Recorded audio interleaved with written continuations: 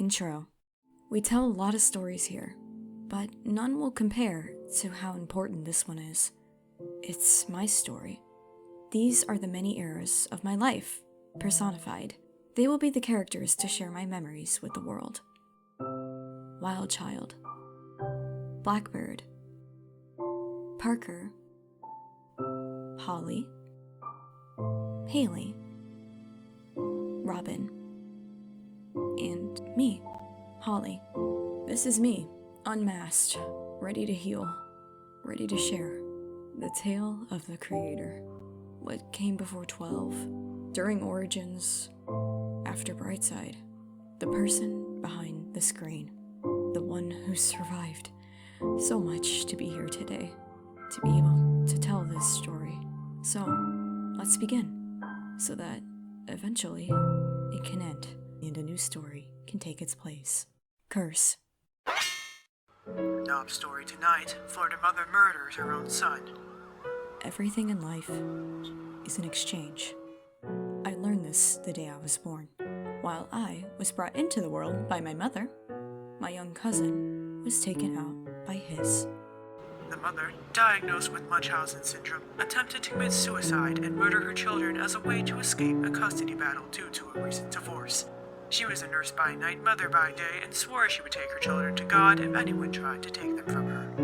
No one remembers being born, but luckily, I heard every twisted version of this story. After a while, you begin to wonder if it was all your fault, or if it's just some sort of curse. Home. My first memory was riding in Daddy's favorite blue Chevy. It was his work truck.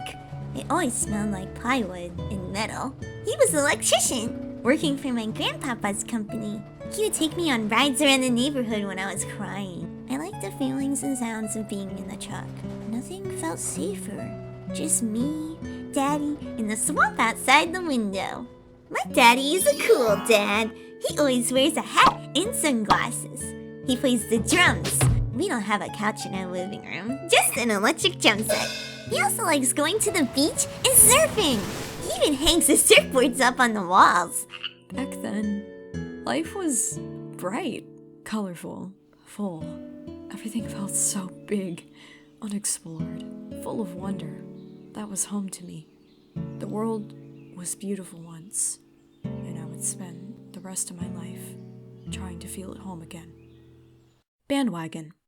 Mommy had me when she was 25. Her and my daddy were 5 years apart. They were married for 8 years before I was born. Daddy worked really hard so that me and Mommy could be together while I grew up. But Mommy wasn't really good at her job like Daddy was. My first memories with Mommy are sad ones. Times where I felt ignored or hungry or tired and she didn't listen. She was busy on the landline, gossiping to her friends, who were also the mommies. She used to tell me that's why she had me, because everyone else had kids too. But something was wrong with me. I'm autistic, which to me isn't wrong at all. But to her, it was. So she ignored that too. You wanted me to be normal, but I'm not. I'm sorry. I wish our first memories were happier.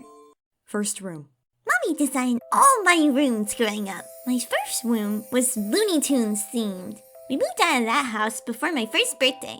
We said goodbye to the hickory tree and hello to the oak tree. This would be my home for the next 25 years.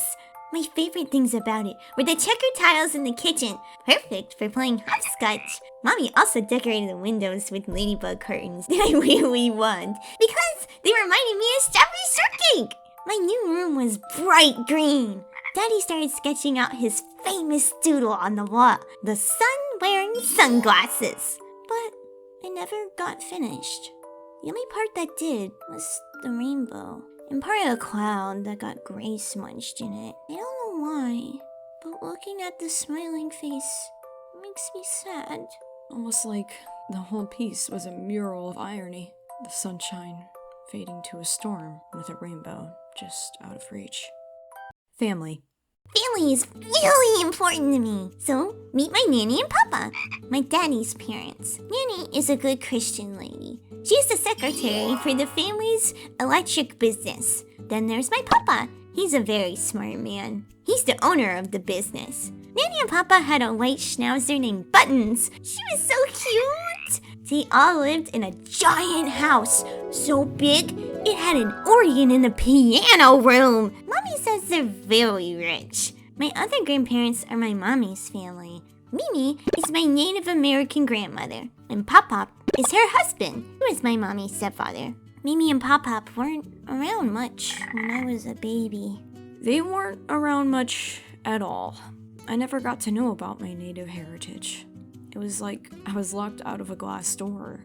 I could see it, right there, but I could never know it. It could never be me. Effects. My aunt murdered my cousin when I was born. She was my daddy's sister, Nanny and Papa's daughter.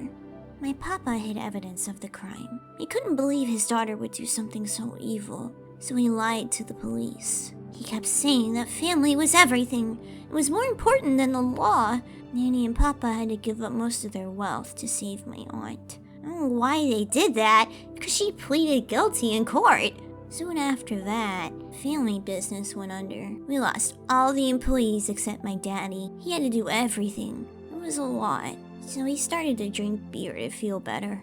Mommy gave up on me. She was bedridden for weeks over my cousin's death. I think it's because she was a new mommy. It broke her heart to think about that. I think she couldn't love me because of that day. I was just born, but it changed everything. You are not to blame. Mystery.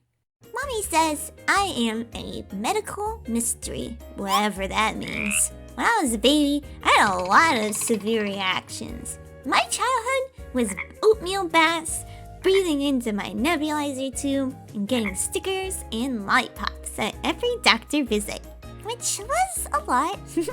I have asthma, which makes it hard for me to breathe.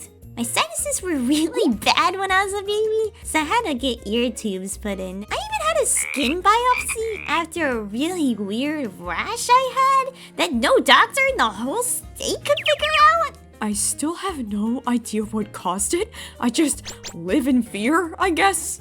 Yeah, but check out this cool scar I got from it. It's shaped like a bumblebee. Luckily, no medical mysteries would ever dampen this kid's spirit. But we're all better now. Because guess who takes care of us now? Me. Yay!